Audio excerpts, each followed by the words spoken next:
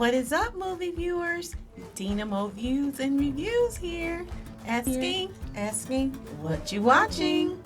Well, today I am watching African Queens. And in honor of Black History Month, I would recommend this movie. This movie stars Adesua Ani, who sometimes is credited as Adele Ani, Chipo Correa, Marilyn Inadebe, Phillips Norte, Babu Ramisi, Corey Hippolyte, Zithu Diloma, directed by Itoshia Hilton, narrated and exclusively produced by Jada Pinkett-Smith.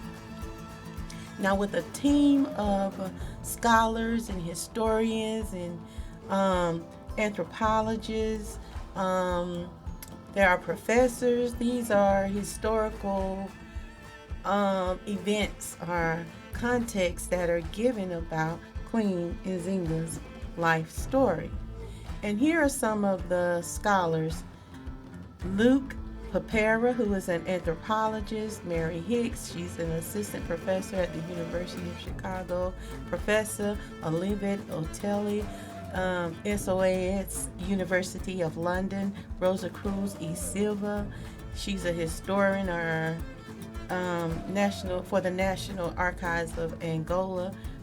And then there's Cicely Fromont, History of Art professor at Yale University. Dr. Kelly Carter Jackson, Africana Studies, Wellesley College. Dr. Edson Burton, writer and historian. And Queen Dayambe Kabatusula. She's the woman king of the Bakwalantu people. Now, this series was written once again by Perez Owino and Nene Owuji.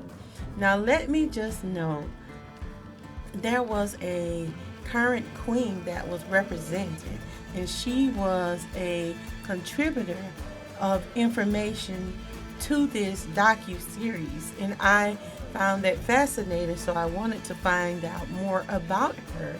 Now, once again, her name is Queen Dayamba Kambatuswela. Now, I may be pronouncing this incorrectly. Please forgive me if that is so. But she is one of the contributors to this docu-series. She is the woman king or ruler of the Bakwalantu people of DRC, or the Democratic Republic of Congo. And what is interesting about this contributor to Queen Nzinga's history is her own background. Queen Dayamba is the daughter of a white Belgian mother and a Congolese diplomat father. She was not born in Africa, but born in Belgium. She grew up in Kinshasa in the Democratic Republic of Congo until the 80s, when her parents fled from the Mobutu regime. Now, Dayambe said growing up that her father didn't tell her or her siblings that they were of royal origin until they were in their 40s. Now, how interesting is that? Now, Dayambe initially had no idea about the history of the African continent, but learned it through reading Black history books and attending seminars and lectures by renowned speakers in her 20s, and this is what they're saying she said. So how odd is it that her father would never even share his history with her? That's very odd to me. But she moved back to Belgium. She got married and had 2 sons. Her parents left Belgium and they went back to the Congo. 11 years after her family left her, and her personal family, we know that she made, her immediate family, they decided to relocate to the United States. And in 2016, she visited her father, who was in Congo, and she wanted to find out more about her background or her identity. So she was welcomed into this community by the elders and the chief. And the chief who asked her if she was now ready to take responsibility for her people. And she said that she responded yes. And a few minutes after that, she was wearing a crown and called Queen Dayambe. And she claims to be an Pan-Africanist. I just found that bit of information to be quite interesting. Now, let's get to the movie. Um, African Queen Nzinga is to be a part of a multi-season docu-series, with each season taking a look at a different female ruler in Africa. The first 4 episodes or season examines Njinga. Season 2 is expected to feature Cleopatra. Not certain who the other 2 African queens will be, so stay tuned. The film contains a mixture of interviews and reenactments. This is called a docu-series, and it allows a glimpse into Queen Nzinga's life and history. So the documentary and movie switches back and forth throughout and betwixt the 2 interviews with individuals throughout the entire series. Gotta say that the movie was suggested to me by my daughter, and I read that Jada Pinkett-Smith was quoted as saying she really wanted to represent black women, that we don't often get to see or hear stories about black queens, and that was really important for herself as well as for her daughter, and just for her community to be able to know those stories, because there are tons of them. But I too enjoy learning about these phenomenal women. Now, as I was watching the movie, I was confused just a bit at first because of how the name was being pronounced. I'm used to hearing it pronounced Nzinga, and in this movie they were saying Njinga. So it kind of threw me off at first. But later I understood that she was known by many names that were pronounced differently based on the pronouncer and perhaps the articulatory phonetics of the speaker and or even the culture. She is known as Nzinga, Zinga, Njinga, Jinga, Dona Ana da Souza, Njinga Mbande. Either way is acceptable, I would say. But Nzinga's father, Angola Kalambo Kia Kasinde, was the king of Ndongo, which is one half of Angola's divided nation. Nzinga was born into the royal family of Ndongo in central West Africa around 1583, and she was the daughter of Angola, or King Colombo of Ndongo, and his wife Kingela Nakambe. Oddly enough, her mother was never shown in this movie a lot. She was not really even well represented. And this is perhaps because she is said to be one of many slave wives of Nzinga's father, and that it was customary for the king to have many concubines. I found that to be quite interesting. I know some of you guys think that's how you should operate today. And that's quite a thought-provoking subject for a whole nother day. But anyway, Nzinga Mbande of the Ambundu kingdoms of Ndongo and Matamba is located in what is northern Angola today. She was known as one of the most famous African women to resist European colonization in Southwest Africa. Nzinga was clearly favored by her father, King Colombo. However, because she was a woman, a girl, she would not have even been considered as one of the king's potential heirs to the throne. In fact, he had a lot of different sons by several of his slave wives, and she also had 2 sisters. Nevertheless, one of her brothers, Mbande, viewed her son, Nzinga's baby boy, her offspring, as a threat to him, claiming the throne. But I will get into that shortly. The movie opens and she is being trained under the watchful eyes of her father. At that time, the Portuguese had already been in Ghana for 50 years, and their objective is to force Christianity on the people on the black continent and steal their black bodies to go build up their land. We know that history. They wanted them to work their fields build their land up. And in a nutshell, they want slaves, and they want lots of slaves. They want black human beings to perform free labor and build their society, to rear their children. They want to subjugate, rape, and torture them to no end, and that is exactly what they've done. We know this. But most of all, to do for them what they could not do for themselves.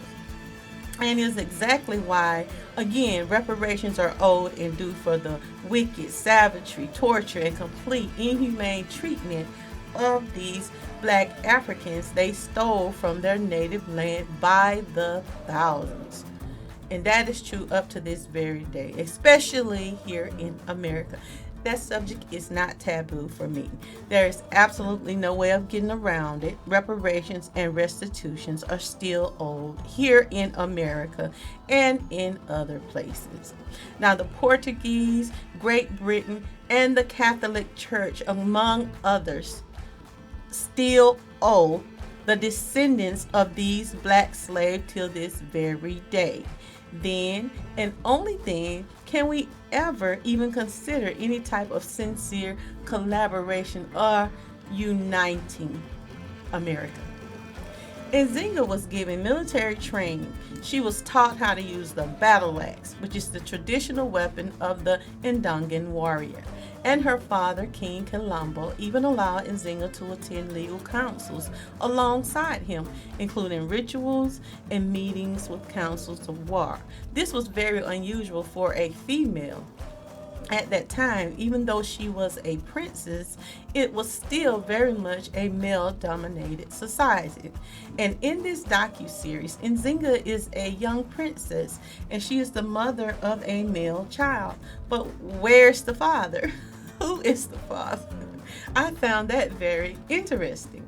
It was revealed in this movie that she conceived the child with one of her concubines. Imagine that. This woman, as a young princess, was allowed to have a harem of men that she could use sexually, just like the men did, and some still do today. Child. But anyway, she said he was the father. But that left a question in my mind. And I still want to know, how does she know who the father is if she was sleeping with a lot of concubines? Like I said, another story for another day. But the Portuguese, the missionaries, had identified Angola as a prime target for the black human slave trade.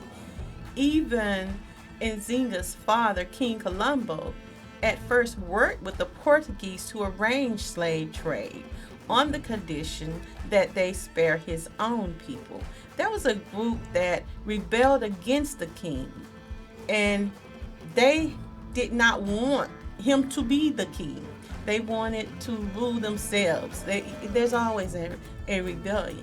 So the king had people that had managed to infiltrate his warriors. So when King Colombo went on a mission to speak with some of the people and show them that he is still king and in charge, there was one of those people that were considered to be one of his warriors that were there to protect him, that managed to trick him and separate him from the rest of his warriors, and he killed him. So he was one of his own people that he thought he could trust. And that's usually how it goes. It usually comes from the inside. But his son, Mbande, wanted to be king. He was ready. He was thrilled about the opportunity to be king. And even though he was not next in line to be king, because he had an older brother who was to inherit the throne, I think his name was Kaniawaje. He was next in line for the throne. However, Mbande took care of that. He had them dispatched. He had them slaughtered. He even killed Nzinga's very young infant, his own nephew. This was to secure his place on the throne. He didn't want anybody trying to intercept his attempt to be king. Mbande was making sure that he would take his father's place and not have any competition. Any of his blood brothers or nephews compete with him for it. And at that time, women were not even an option for leadership. So upon knowledge of his father, the king's death, he had all of his brothers as well as his newborn nephew, child of Nzinga, murdered. And Nzinga was devastated by the loss. After several years of fierce fighting with the Portuguese, her brother, Mbande, who made himself king of Ndongo, had the nerve to call for his sister Nzinga, the woman whose child he had murdered, to go and negotiate a peace contract with the Portuguese. Talk about nerve and audacity. But Nzinga did go, and she negotiated with the murderous Portuguese, but not before confronting her brother about killing her young child. Now, in spite of his atrocious method and response, she went to the Portuguese and she attempted to negotiate and compromise with them. She turned out to be quite the negotiator. The problem is, and always have been, is getting these people to keep their words and all of the concessions that are made. Like still having to give these colonizers black people to be used as their slaves. We just can't look over the fact that many negotiations, including most tribes, capturing and sacrificing their own people to save their tribe, their kingdom. It didn't work then and it doesn't work today. Tribalism, the divide and conquer method, is the reason that Africa is in the position that it is in today. Even here in America, this method continues to be used by those in power. Now, the governor refused to even offer Nzinga a chair, so Nzinga, who had upwards of 50 male servants in her service at any given time, instructed one of her servants to get down on the ground and create a perch upon which she could sit. Once seated on her servant's back, Nzinga proceeded to launch into her negotiations. She was successful in her negotiations, and as a concession to these wicked Portuguese colonizers, she converted to Christianity and adopted the name Dona Ana de Souza and was baptized in honor of the governor's wife, who became her godmother. This was all done in an attempt to strengthen the treaty with the Portuguese. Nzinga used this as a way of leverage in her negotiations. However, the Portuguese did not honor the terms of the treaty completely, which is said to be what prompted her brother to commit suicide. It was overwhelming for him. He was only drunk with power. But in 1624, Nzinga actually became queen. Though not without a fight, she had plenty of political rivals who were against the idea of a female monarch, and not to mention the circumstances of her brother's questionable suicide by poisoning and the murder of his young son, Kaza, that was to inherit the throne. This part of the movie, where she kissed her little nephew, then walked away and immediately had someone and cut his throat, that was just brutal to me. Nevertheless, Nzinga assumed power, but the Portuguese opposed her succession to the throne because they knew she wanted independence for Ndongo. Even so, she was able to form an alliance with former rival states and also the Dutch. Girl, please, the Dutch. But anyway, it initiated a 30-year war against the Portuguese. In 1657, Njinga negotiated a truce with the Portuguese and won back part of her kingdom and assumed the role of Queen of Ndongo and Matamba.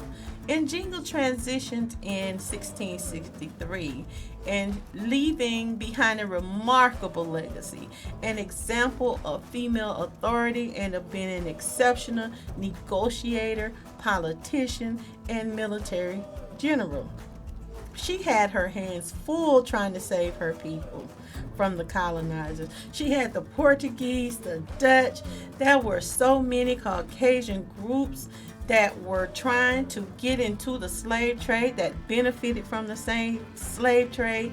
And there were so many that assisted and got together and participated in the colonizing of Africa and Africans, much like we see with some of the Asian and Indians that appear to be doing the same thing in Africa today.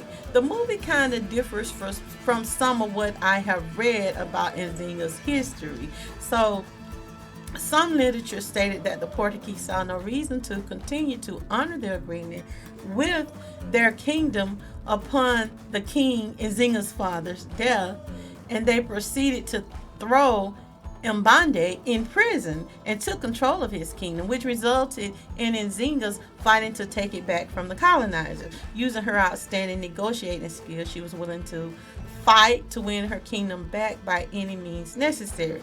In spite of being forced to flee on several occasions, she did not sit idly back and let the Portuguese remain. Nzinga established a new state when she fled at one point, and that was known as Matamba, further west and out of the reaches of the Portuguese Empire. Nzinga even attempted to cut off slave trade routes, understanding that Matamba's location made it also well suited for trade. She developed the kingdom's commerce. These Portuguese were some wicked beings. With their mentality of being superior to the black people on the continent, they only saw them as savages to do with as they will, having no respect for the Africans' culture or their beliefs. These Caucasians' goals were to force their religion of Christianity upon the African continent, and they even regarded African spirituality as a pagan religion. So in essence, they justified their murder, their enslavement, the colonization of black people on their own continent with Christianity, seeing themselves as superior to these black beings, and justifying their barbaric behavior with the Bible and the Catholic Church backing them. Isn't that interesting? That has always been amazing to me. These same good Christians that were murdering human beings, stealing them, raping and colonizing black human beings, were doing so all under the guise of their religion or their good book. That would even send, they would be so bold to send priests and missionaries to Africa in an effort to get slaves and to even negotiate with the chiefs and the rulers of the kingdoms in Africa. They would send priests. They used them to conquer Africa, and the Catholic Church was okay with it and the authority behind much of it. So let's see: murder, enslavement, rape, kidnap, and pillaging of a group of people in their own land. We really should have a serious conversation and acquire lawyers as well as accountants to tally up what the Catholic Church owes in reparations and restitution to the black man and black woman and their descendants. Accept it or leave it alone. But I gave this movie 3 stars out of 5 because I think the main actress was wonderful as Nzinga. She was believable. I think I am pronouncing your name right. If I am not, please forgive me. Adisuwa Oni. She brought this character to life for me. Her accent, her demeanor, the royal garments, the hair accessories, and her beautiful skin tone, it all made it feel believable to me. I think she just did a wonderful job of embodying Queen Nzinga. I gotta say, I was shocked by some of the ruthlessness that was said to be done or uttered by Queen Nzinga. I understand her attempt to try and save her kingdom, relatives, and her people. And she even sacrificed some of her beliefs, some of her customs, and they even asked her to offer tributes, which were other slaves, in an effort to save her kingdom. I tell you, it is the hardest reality knowing that this mindset still exists for some today, dealing with the after effects of slavery on the black mind, and having those who their ancestors contributed to this deny that this has harmed us, and that we are still living with the effects of being stolen and treated harshly, that others cannot understand it and would tell a people who you destroyed to just get over it. So seeing this really helps to make the case for reparations and restitutions to the descendants of slaves. Just as it took centuries to destroy black people, it will take centuries to rebuild the black mind, the black family, and the black country that was completely devastated by the wickedness of these colonizers. You can't simply destroy a people and insist that because it began hundreds of years ago, we should just forget about it. Nope. Slavery decimated an entire continent, and I am not apologizing or hesitating to speak on the issue of reparations owed and due to my people, the black descendants of slaves, specifically here in America, because I am here in America, but that does not include that release them from paying what is owed to black people that were affected elsewhere. Now, reparations should include cash and resources, restitution exclusively to black people with no other group attaching themselves to our struggle, especially here in America. And we cannot leave out the Catholic Church's role in black slavery and the transatlantic slave trade, along with the Portuguese, the Dutch, Great Britain, America. Oh my goodness, I could go on and on. All who aided, benefited, and were involved in African subjugation and annihilation should be held accountable. Slavery not only decimated Africa, but it left its toll on the black man and the black woman's mind. And now there has to be compensation, restitution included in these reparations. No matter how we choose to deny it, anti-black racism still exists today, and we are owed reparations. And why should black people be the ones born running from extinction? Slavery decimated a continent and a people's mind, body, and soul. So we remember our ancestor, Queen Nzinga, this Black History Month and every day. A queen that fearlessly defended her people against European power. Of course, it wouldn't be until 1975 that the entirety of Angola achieved its independence. I still want to give her an ashe, ashe, ashe.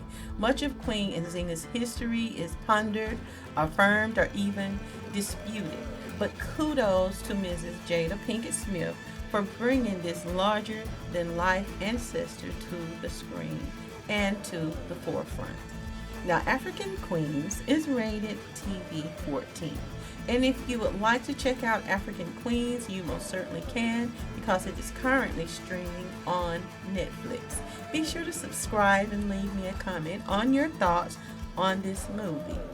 This has been Dena Mo Views and Reviews. Like, share, and subscribe. And join me for my next review and our recommendation. And I want you to remember, it's my view. Now, what you watching?